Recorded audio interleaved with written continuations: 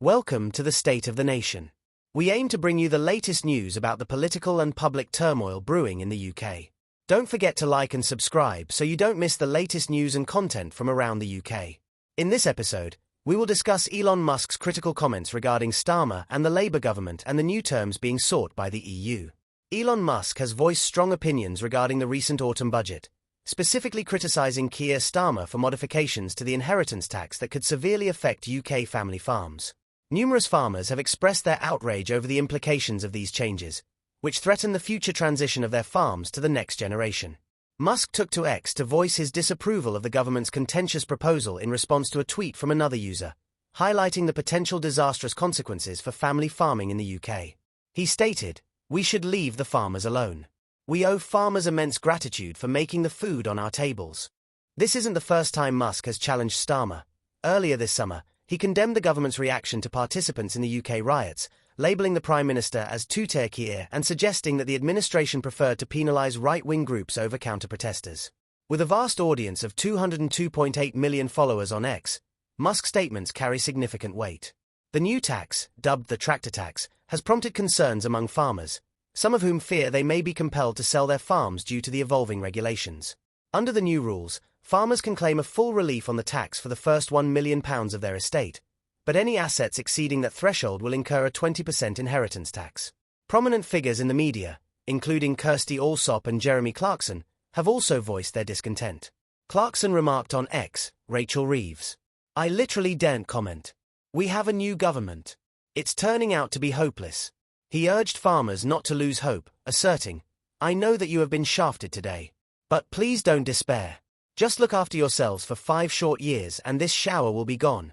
Elon Musk recently stirred controversy with his assertion that a civil war is inevitable in the UK, a statement that came in the wake of far-right riots that erupted over the summer.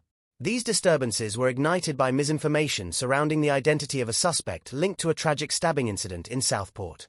Musk voiced his opinions on his social media platform, X, formerly Twitter, where his reach and influence are substantial.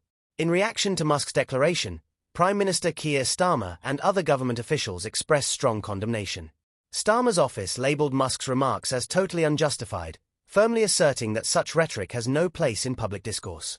The government characterised the riots as organised illegal thuggery and pledged to take decisive action against those involved.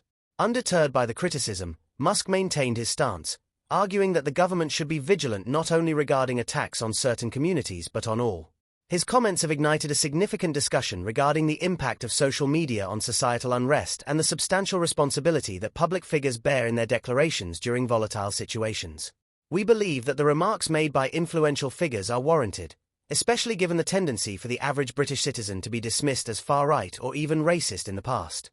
It has become increasingly evident that we are confronted with a Labour government intent on diminishing the well-being of the British populace rather than fostering their prosperity. In further news, the European Union is intensifying its calls for Keir Starmer's Labour government to reconsider its approach to Brexit by introducing a youth mobility scheme that would allow young Europeans and their families to reside in the UK for a period of 4 years. EU leaders assert that this initiative, often referred to as the Backpackers and Baristas deal, is a necessary step for the UK after the cessation of freedom of movement as a result of Brexit. A leaked internal document indicates that the EU considers this policy to be an indispensable element of ongoing negotiations with the UK. This is not the first instance of the EU signalling its firm stance on youth mobility, and it suggests that the bloc is unwilling to relent on this demand. The proposed scheme is creating divisions within the Labour Party, particularly amid the sensitive national discourse on immigration. While prominent figures such as Sadiq Khan and Andy Burnham support the initiative, reports suggest that Home Secretary Yvette Cooper is firmly opposed. Critics caution that implementing this scheme could set a precedent that leads back towards freedom of movement, a concern given the already unparalleled levels of immigration the UK is experiencing. Conversely, supporters highlight that the UK has established similar arrangements with countries like Canada, New Zealand, and Australia, asserting that this proposed deal does not equate to a return to free movement. Europe Minister Stephen Doughty conveyed to members of Parliament, "We're not going to give a running commentary on our discussions with the EU, but there has already been a clear statement on this issue from Nick Thomas-Simons and others. We will examine EU proposals on various matters, yet we will not revert to freedom of movement. Our focus remains on finding constructive collaboration to benefit the British populace." This youth mobility scheme appears to be emerging as a contentious issue between the UK and the EU, particularly as discussions on broader topics such as security, trade, and fishing continue.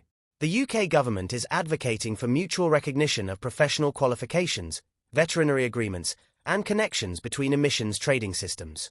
However, it seems that the EU will only entertain these options if the youth mobility proposal is accepted.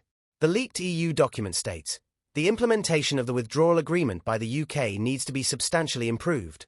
If the UK wishes to see meaningful engagement from Brussels on its priorities, it may need to reassess its position.